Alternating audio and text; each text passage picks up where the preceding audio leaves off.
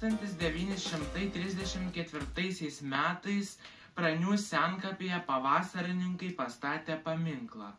Dabar Pranių senkapis yra valstybės saugomas archeologijos paminklas.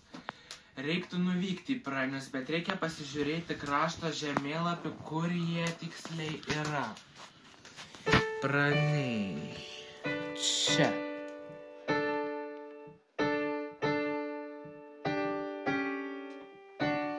Lietuva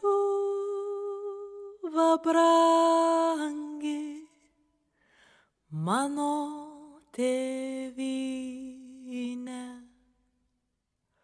šalis, kur miega kapuos didvyriai, graži tu savo dangaus mėlyne.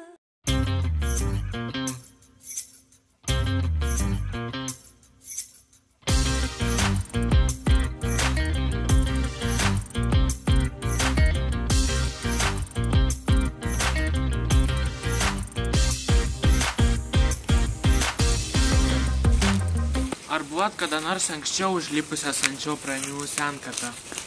Ne, o kas čia yra? Noriu jums parodyti šį paminklą. Šitą parašyta. Jėzau, glausk mus prie savo širdies, LKJF pavasaris, Jasaičių Pranių kopelė, Pakruojo K. O kas tas LKJF? Lietuvos katalikų jaunimo federacija Pavasaris.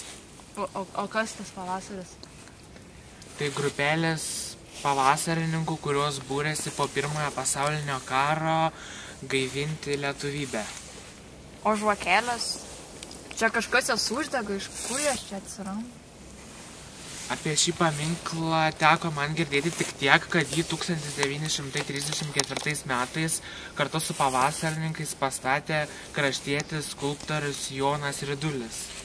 O tai gal tu žinai, kodėl būtent čia pastatė tą paminklą tie pavasarininkai? Ne, apie tai nieko nežinau, reikėtų pasidomėti.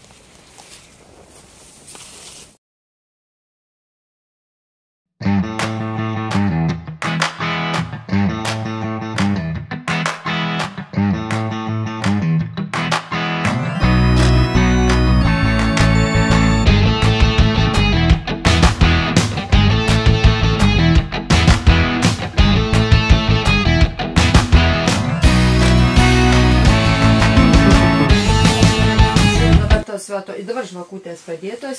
Taip, čia visą laiką. Ir mano vaikai, ir dar kas nors iš tų vietinių, kas jau čia gyvenė tuos kraštuos, čia daug buvo. Pravažiuojantis tie iš tų kraštų, kad žmonės, daug kas sustojo ir tos žvakutės uždego. Tai kažkokia, tai vis tiek ta vieta yra kažkokia... Kažkaip kapelė yra kapelė. Pas mamų rinkdavas, koks susirimstų pavasarininkų. Tai vis susėdavo pas mamų, mamos grįždydavo buvo, susėdavo vis siekti to savo susirinkimo. O ten, pavyzdžiui, sakykime, šiaip, pavyzdžiui, pokario, ta vieta buvo kokia susėjimo, pokarį, kai, žinot, tie tokie laikai buvo. Parvio švents, eidavo gedauti tų kapelių, eidavom. Juk kaip dabar buvo, kad ne vieną dieną dateidavom.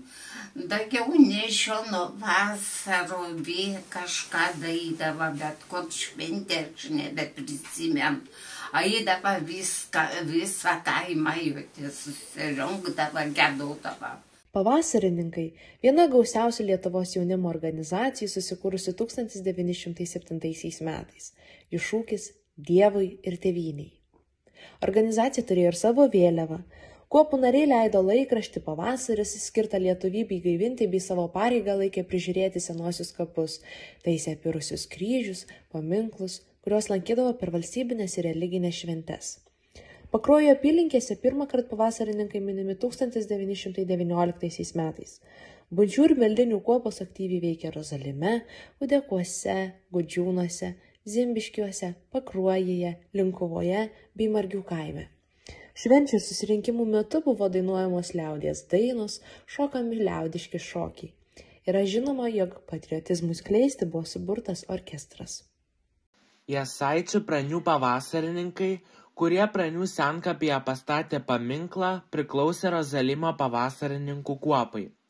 Rozalime buvo pavasarininkų, kurie tęsė jų kuopelių puoselėjamą patriotizmo idėją ir tapo nepriklausomybės kovų dalyviais bei partizanais.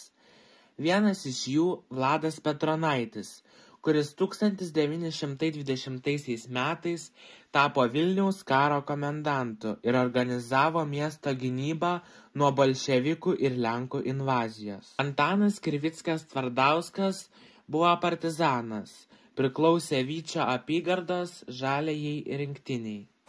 O dalis žaliosios rinktinės partizanų, tarp kurių buvo ir dar nepaminėtų pavasarininkų, stribų buvo sušaudyti šioje vietoje ir sumesti į šią daubą. Vėliau partizanai buvo perlaidoti Rozalimo kapinėse. Dabar šioje vietoje pastatytas paminklinis akmuo. Nemažai paminklų sovietmečiu buvo nugriauta, bet turime džiaugtis tais, kurie išliko dėl pavasarininkų perduotos patriotizmo vertybės. Nuo jų iš kartos į kartą perduotos saugojimo tradicijos, juk prie pavasarininkų paminklų ir sovietmečių per šventes ar pasitarimus rinkdavosi žmonės. Todėl ir dabar neturėtume užmiršti pavasarininkų partizanų paminklų ir uždegti prie jų žvakutę, taip pagerbdami visus kovojusius už mūsų laisvę, pasirinkusius mirtį, o ne tėvynės išdavystę.